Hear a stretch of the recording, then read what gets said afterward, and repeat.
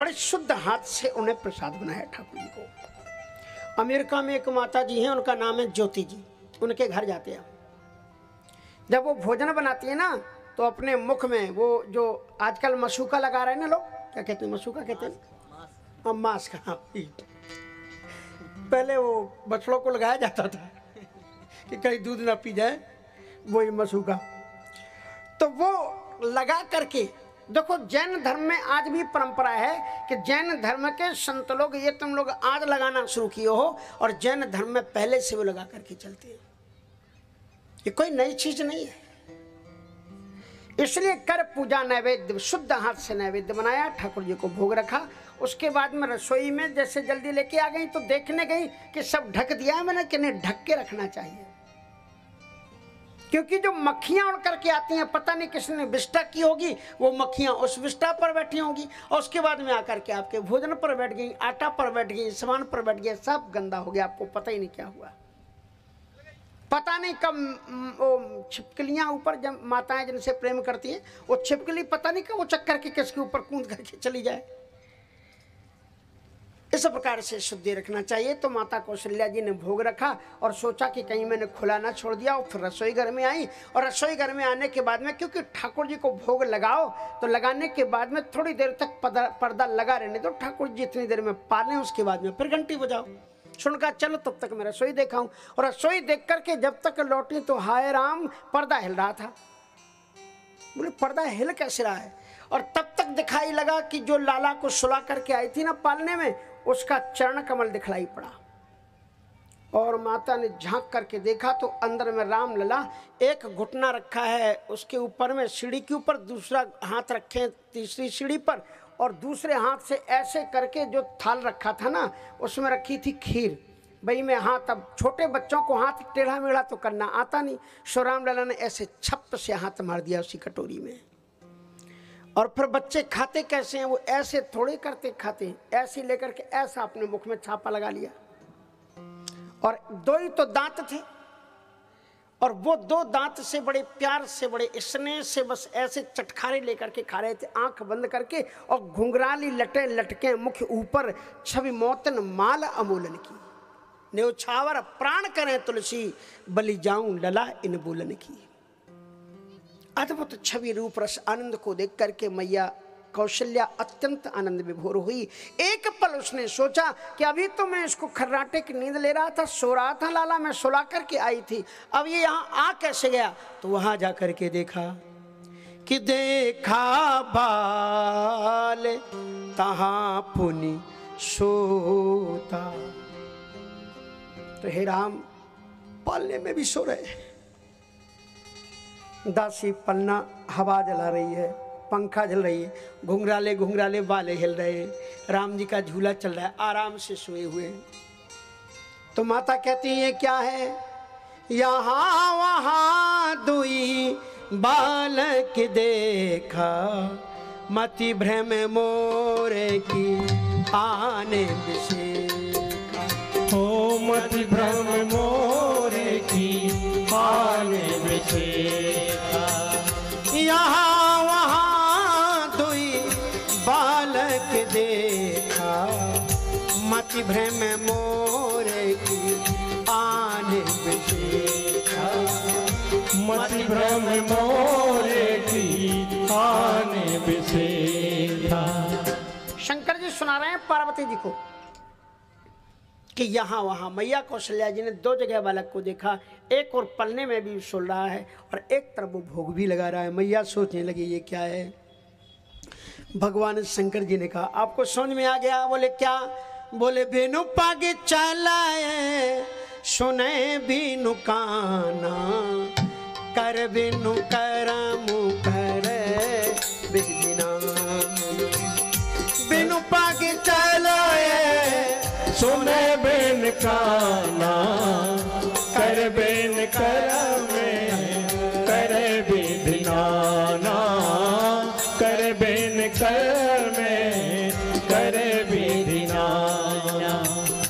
आनन रहित सकल रस भोगी, बिन बानी बकता बड़ जोगी। हो आनंद रहित सकल रस भोगी बिन बाणी बकता बड़ जोगी बिन बाणी बकता बड़ जोगी।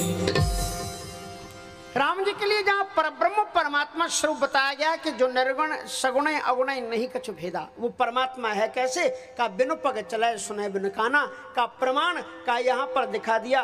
और राम जी वहाँ भी सोए हुए हैं और बिना पैरों के चल करके यहाँ पर आ गए। बिनु पग चले सुने बिनु काना, और बिना कानों की सुनता है। कहाँ पर? भगवान श्री राम जी ने वाले से कहा कि नारी सिखावन कर से न काना और मूढ़े तो है अतिशय अभिमान। बोलो राम जी का उसके घर के अंदर में बैठे थे, लेकिन राम जी ने बिना कानों के सुन लिया। कर बिनु कर्म, कर बिनु कर्म कहाँ किया? सुवेलगिरी शिखर पर भगवान श्री राम जी बैठे हुए हैं और रावण वहां पर अखाड़े में नृत्य देख रहा है। और उसमें भगवान श्री राम जी ने छत्र मुकुट तातंक सब हते एक ही बान और सबके देखत मही परे मरम न को जा। महाराज राम जी जिस सुवेलगिरी शिखर पर थे ना, हनुमान जी चरण कमल चापत विधि नाना सब लोग बैठे थे वहां पर। कह लंकेश मंत्र लग काना, कान के पास में विभीषण जी बैठे हुए थे और अंगद वहां उस झांकी में इतना गजब का दृश्य दिखाया। जितने राम के विपरीत थे वो सब वहीं पर जुटे हुए थे, सब राम जी के विपरीत थे। अंगद जिसके बाप को मारा,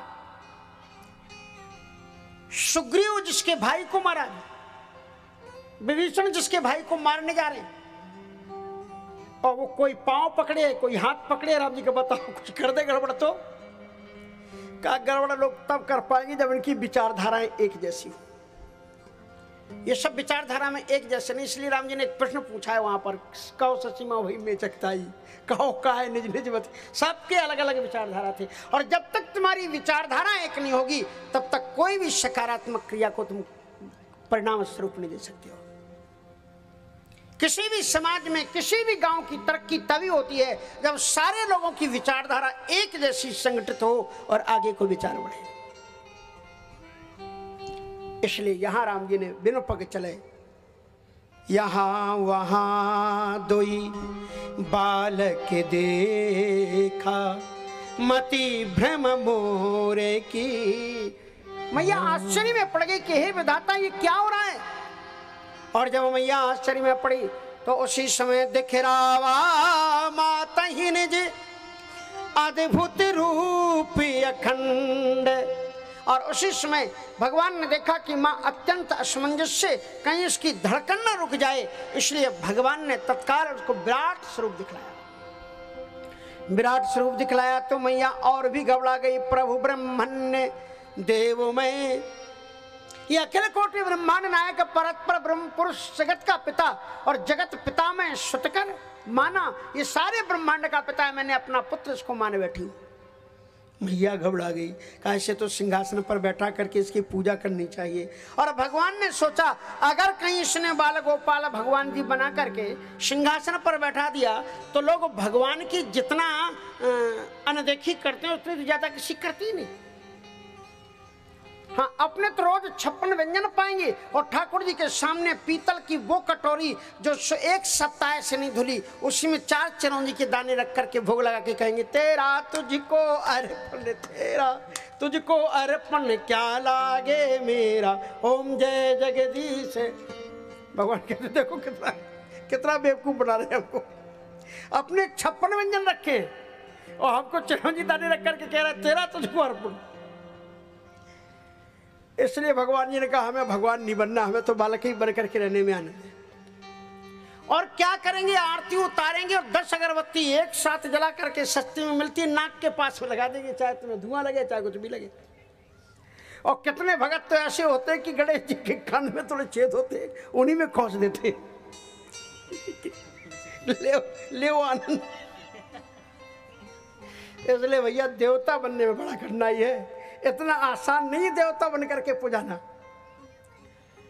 गुरु पूर्णिमा पर अपन भी बैठते हैं कभी कभी देवता, नकली देवता बन के। हमारे मोहल्ले की बनारस की माताएं आती हैं तो मालूम सस्ती काय की माला मिलती है, तुलसी की, और एक एक पत्ती की नहीं, सीधी डार की डार उखा करके लाते हैं, उसी की बनी हुई होती। और वो भी उसमें भी छोटी वाली, ऐसे डालेगी जैसे पत्थर की मूर्ति है गुरु जी, और डाल के सटा के तक घुस नहीं जाएगी, रगड़ेगी उसमें, चाहे कान में लग जाए, चाहे इधर चल जाए, कुछ भी हो जाए, वो तो डालना है। भगवान बनना बड़ा कठिन है। बन करके देखो तब पता लगेगा। तुम्हारी इच्छा नहीं है फिर भी नहीं, महाराज जी एक रोटी तो खानी पड़ेगी। दिल्ली में एक बार गए, लोगों को बताया गया कि महाराज जी को वो डायबिटीज है, मीठा मत खिलाना। अरे महाराज एक रसगुल्ला, बस एक ही रसगुल्ला है। तो वो महाराज जी एक और आए थे, वो क्या बोले मालूम? कहा कि महाराज जी इतने पवित्र भक्त लोग हैं, ये गुरु जी की, गुरु जी चाहे मर जाए चाहे कुछ हो, उन्हें स्वर्ग चाहिए, इसलिए मीठा जब तक नहीं खिला देंगे तब तक उन्हें स्वर्ग की प्राप्ति होगी नहीं। कहते ब्राह्मण को मीठा जरूर खिलाना चाहिए। इसलिए तो ये वस्तु गोविंदम तो बेबे समर्पित, इसलिए देवता बनना बड़ा कठिन होता है। तो भगवान ने कहा मैं तो इनका बालक ही बन करके रहूंगा। तो ठाकुर जी फिर छोटे से गोपाल बन गए और मैया इस कौशल्या जी के गोद में आकर के उसकी ठोड़ी को पकड़ करके हिलाने लगे। मैया मैया मैं ठीक हूं ना? हाँ लाला अब ठीक हो। भगवान ने विराट रूप के बाद में जब अपने सहज रूप में आए तो मैया से एक निवेदन किया कि माँ आज तूने जो लीला देखी है ना, ध्यान रखना, यह जन कतहु कह सुन माई, इस घटना को तुम भूल जाना, किसी को बताना मत। तो बोले जो बात किसी को बतानी नहीं वो आपने दिखाई क्यों हमको? का इसलिए दिखाई क्योंकि आपने वरदान मांगा था, सोई सुख सोई गति सोई भगति सोई निज चरण स्नेह हो, और सोई विवेक है। आपने ये मांगा था शत्रुपा के रूप में कि जो आपके भक्तों का विवेक रहता है, संसार में रहते हुए भी संसार से अलग रहते हैं, पद्म पत्र में हमेशा संसार में रहते हुए भी संसार में आसक्ति ना हो। इसलिए मैंने आपको बता दिया कि एक बार मैं यद्यपि आपका पुत्र बनकर के आया हूं, लेकिन मैं भगवान हूं। ये विवेक आपको बना रहे। मात विवेक अलौकिक तोरे, और कबहू न मिटे अनुग्रह मोरे। ये अलौकिक ज्ञान आपका कभी न मिटे, इसलिए मैंने आपको ये रूप दिखाया है। इसलिए राम जी का 14 वर्ष का वनगमन हो जाने के बाद में भी माता कौशल्या जी कतई नहीं रोई। उन्होंने स्पष्ट कह दिया कि हे राम तुम जहां रहोगे वहीं पर अयोध्या होगी। इसलिए लेकिन दशरथ जी महाराज को यह स्वरूप नहीं दिखाया था राम जी ने, इसलिए वो राम के वियोग में तड़प तड़प करके शरीर का परित्याग करते हैं। दिख रहा माता निज अद्भुत रूप अखंड, रोम रोम प्रति लागे कोटि कोटि ब्रह्मांड। तो मैया कौशल्या इतनी सौभाग्यशालिनी है जिसकी एक एक रोम में रोम रोम प्रति लागे कोटि कोटि ब्रह्मांड। ऐसे परात्पर ब्रह्म पुरुष को वो बालक बना करके अपनी गोद में खिलाती। सो अज भगति प्रेमवश कौशल्या की गोद, अद्भुत आनंद का अनुभव करती है। पालने में उनको झुलाती है, छोटी छोटी उंगलियों को रख करके आनंद की अनुभूति करती है। नाखूनों को देखती है, जीवन में आह्लाद को भरती है।